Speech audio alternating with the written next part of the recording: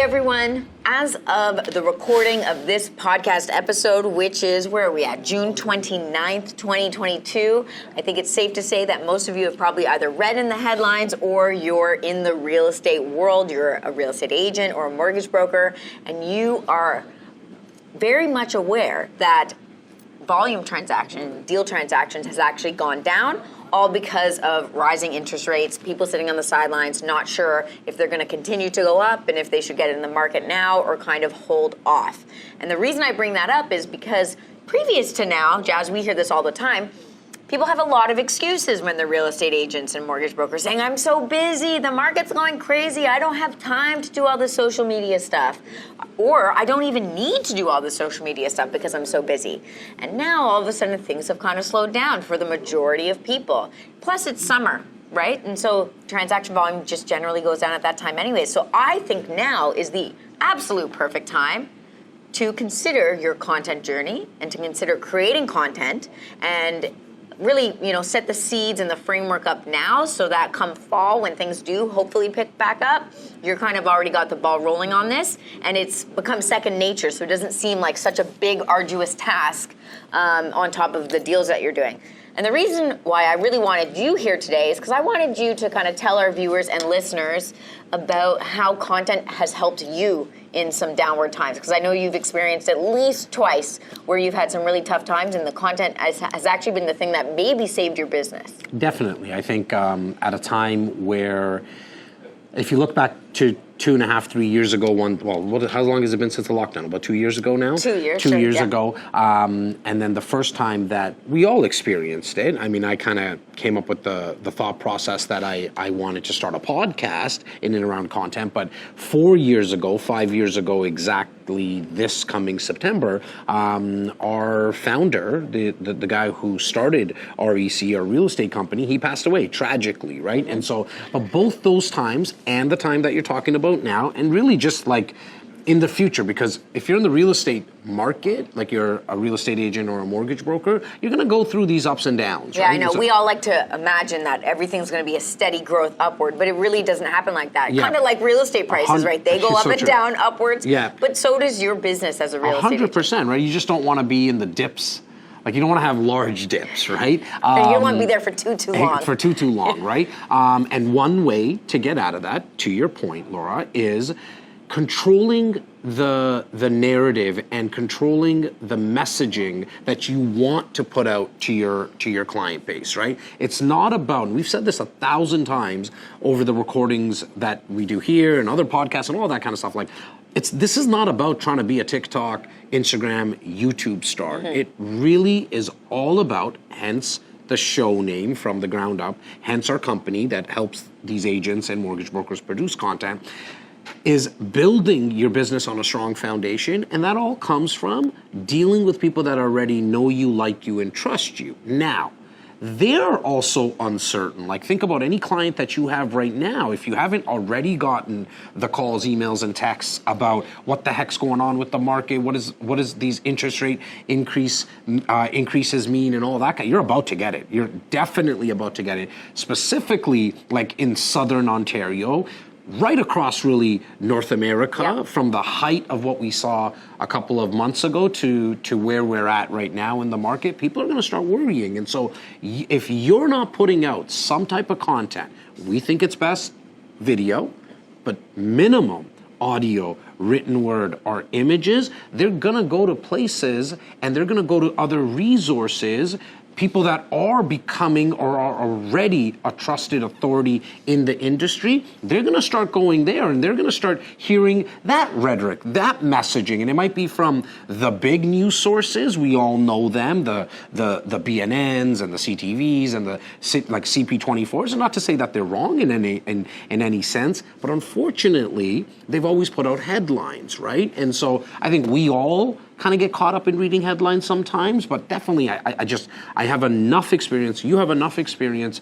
that we know that our clients are just reading headlines, right? Yeah, and I think as agents, previous to maybe now, when you have been really busy, it's been very easy to have presence on social media simply by just posting your just listed, just sold. Because, you know, every other week you had a just listed, and then 3 days later it was sold, and life is great. And you're like, I don't need any other type of presence. First and foremost, I actually don't think that that's all you should be posting at any time ever. So let me just put that out there right now, because that's not valuable to the viewer. That's not valuable to your client, and that's self-serving, not. It's right? self-serving. You're just really bragging about some of the work you've done. I mean, it probably, and not to cut you off, sorry, Laura, but it probably has a place for it, maybe in your stories or maybe in your feed like once every month or something. Never like do that. it. Yeah, right. I'm not saying never do it. I think there's a time and a place for everything, and I think it's good to show people that you're an active real estate agent or you're actively doing deals.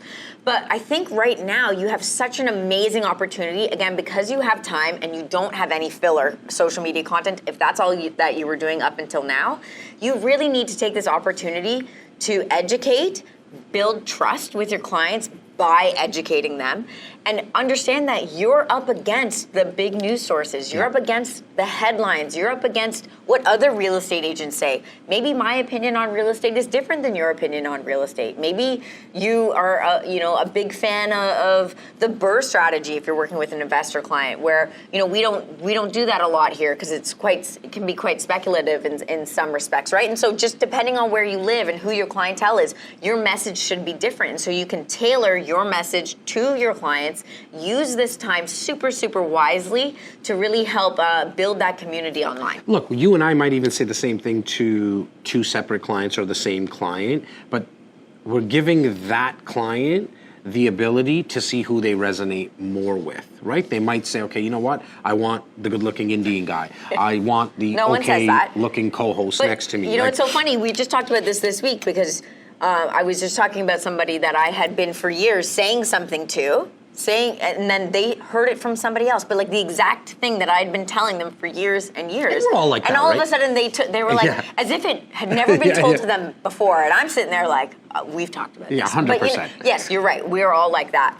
And, I think no matter what, you can say the same thing again and again. So I don't want you to feel like, well, I did a topic already on interest rates, so I can't say it again. Well, interest rates change and things change. And people get scared at first and then they become less so. I think it's all in the way that you storytell. So yes, facts are important, of course.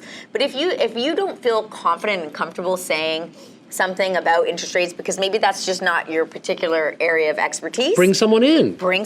Like you could do an Instagram live, bring on your mortgage broker, and you can do all these things pretty cheaply, pretty easily. It doesn't have to take much time. Like we're gonna do this video in 10 minutes. Yep. It's gonna take 10 minutes of our time. You can do an Instagram video in 90 seconds or less, or a TikTok video. And talking about bringing other experts on, so even if you're new in the business, and you're experiencing the fact that, to Laura's point earlier, that sales volumes have gone down. Like in our market, I'm not sure where you guys are watching and listening right now, but in our market, Greater Toronto market, sales volume has gone down 41%. Like that's a black and white number. It's sales volumes. It's not the values of homes and all the stuff that people read in headlines. But the fact that sales have gone down that much, the pie is not as big now. Yeah, there's still the same number of agents. There's still the same number of agents, and the ones that are going to stick around, that are going to be on the other side of this dip or the recession that we might be going into, probably we are.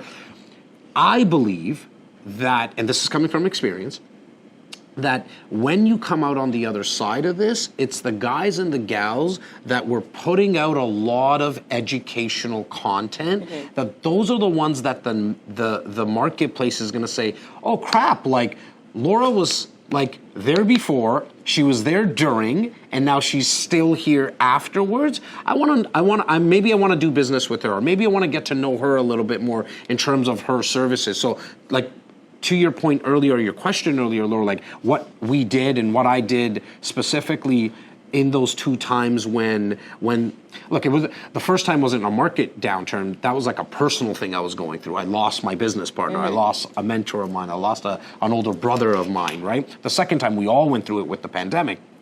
But the fact that I used content, that is what got us through that. Like when we went into the lockdown, I always quote March 14th, 2020. I think that was kind of the date or whatever.